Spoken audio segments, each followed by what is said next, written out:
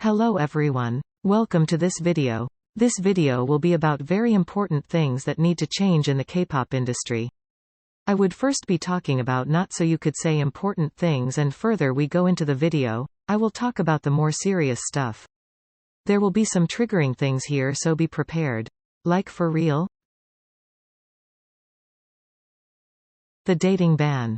I decided to talk about this first to get it out of the way quicker. Basically, the stupid dating ban is companies not letting most idols date and shunning idols who show it publicly. It's so disturbing how idols literally get kicked out of their group and sometimes their company for being in a relationship.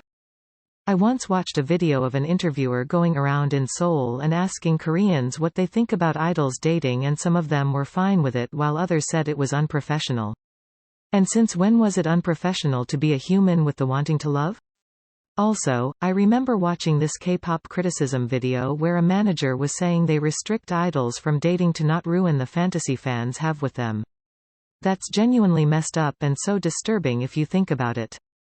Fanfiction. I think that everybody knows what fanfiction is, but if I have to describe it, basically fanfiction is when fans decide to make up scenarios about idols to satisfy their own fantasies. And things can become very disturbing very quickly, with stories about abuse, rape and toxic relationships. Yep, very disturbing things. People need to understand that idols are humans too, they have feelings, they are real. And they can be affected by this kind of stuff. Like nobody is born with the thought, I want to be sexualized so I can satisfy somebody's NSFW fantasy. Fanfiction is just wrong and it needs to stop. Schoolgirl concepts. Schoolgirl concepts are concepts when a girl group either debuts or has a comeback wearing a school uniform. Most of the time the outfits are harmless, but sometimes they can be very problematic.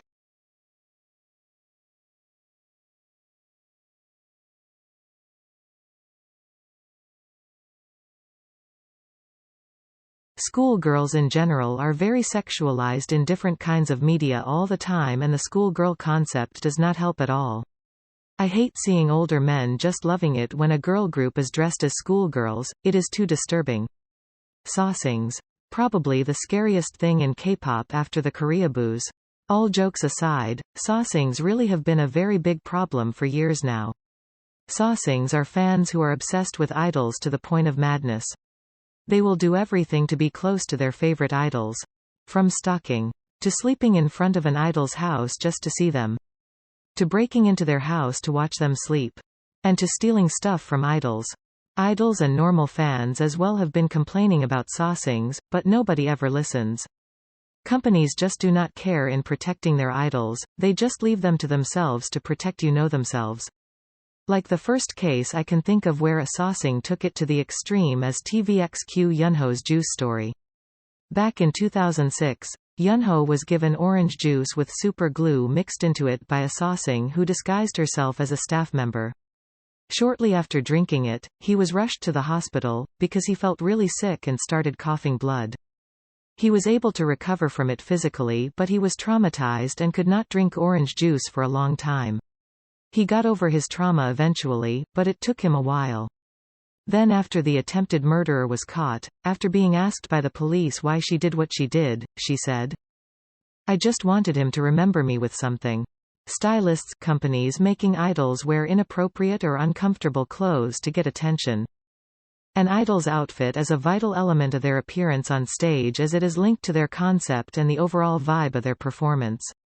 However, often, outfits have absolutely nothing to do with concepts, and furthermore, they're quite visibly uncomfortable for the artists who have to perform in them. Despite the discomfort, idols have to go on with their performance while trying to fix their outfit, so they don't reveal more than they feel comfortable with. One of the most primary examples of this is short dresses with safety shorts poking through, even though safety shorts should not be seen. Especially with the fancam culture, it is obvious that idols feel uneasy in such clothes. While some idols have a considerable say in their outfit choices, most don't. Other examples of uncomfortable clothing are very thin clothing in harsh weather, low-cut necklines, and sometimes stylists not giving idols safety shorts at all. Basically, idols have to pull it up or pull it down. If you search on YouTube for idols being uncomfortable in their outfits, there's so many videos on that topic. Male idols have uncomfortable outfits, too. Like I've seen that EXO Kai and TXT Subin had said before that they don't enjoy wearing crop tops, they just feel uncomfortable in them. And fans will consistently praise stylists for their bold choices or whatever. Canceling idols. Continuing with the theme of fans being annoying AF. We get to the dumbest thing Western fans desperately try to make happen in K-pop. Idols are people too, they make mistakes. I'm being completely serious here, since when do we, the fans, decide who should be forgiven for their past mistakes and who will not? Cancel culture has always been stupid and toxic. It's embarrassing, cause you guys will cancel idols for the dumbest things, and even if the idol apologizes and shows that they have changed, you guys just will not let anything go. Shouldn't we as humans forgive each other? When did this world become such a horrible place to live in? We as humans should learn from our mistakes. And when you cancel someone, you are not letting them to realize that what they've done is wrong, and they will just continue to do the same thing. That's why cancel culture is completely and ultimately useless. Debuting underage idols. And now let's talk about the cancer of the K-pop entertainment industry. I don't care what people may think, but kids should not be idols. This is literally ruining their childhood. We do not need underage idols. It's always gonna be creepy seeing older women and older men calling somebody who hasn't even hit puberty yet sexy.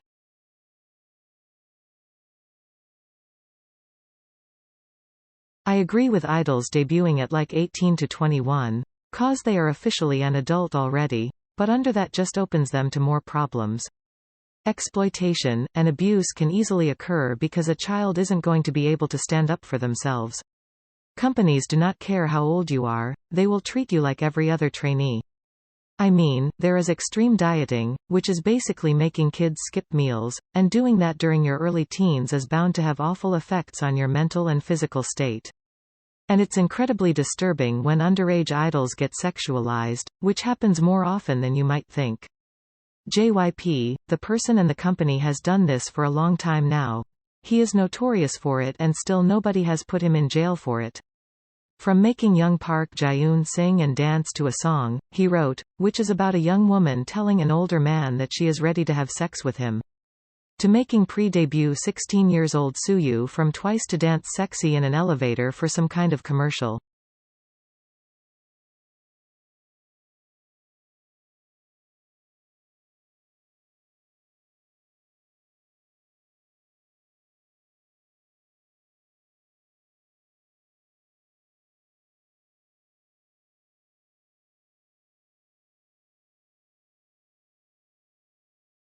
Bullying in groups.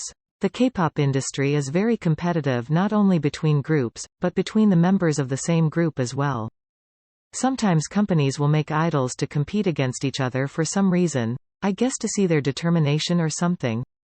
And there will always be somebody in the group who is arrogant and selfish enough to be jealous of another member.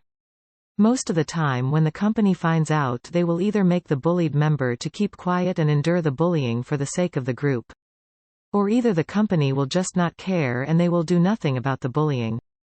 The most notable cases I can think of are #SHARP Lee Jae-hee, AOA Mina and I Love Mina.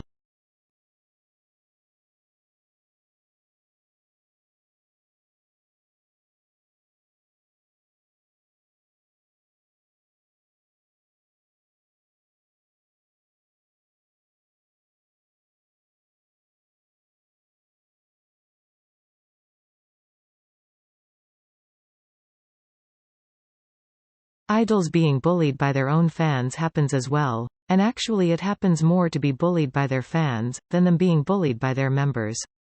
Like the case that pissed me off the most was Yoonjun of TXT. People were calling him fat for so long, that in the end he told them to shut up, cause he likes the way he looks.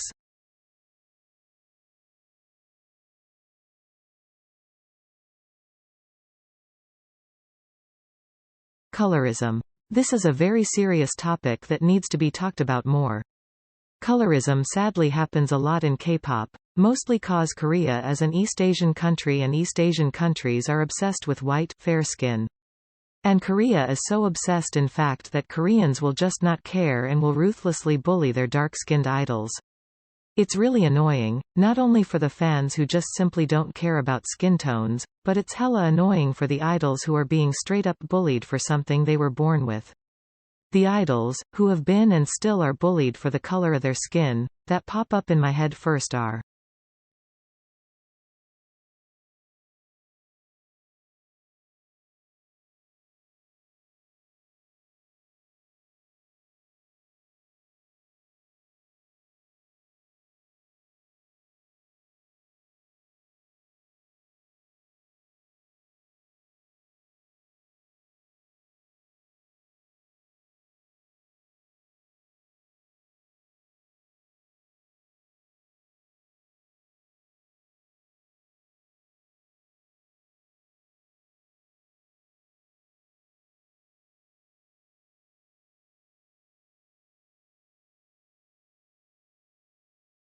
I'm not trying to be an advocate here, but in my opinion it takes just a few brain cells to try and understand that judging somebody by the color of their skin is just wrong.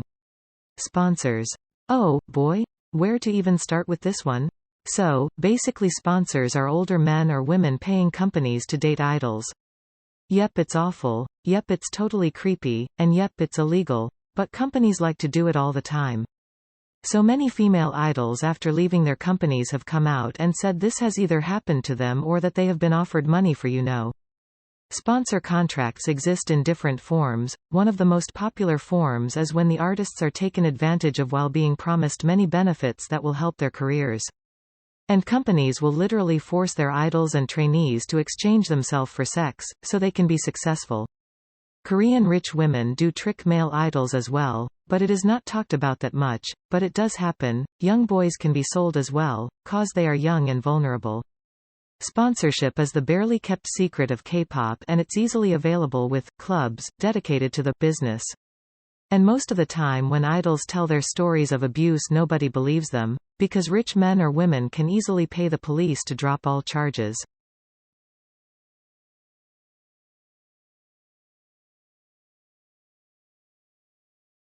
Hope you've enjoyed the video. Bye for now, loves.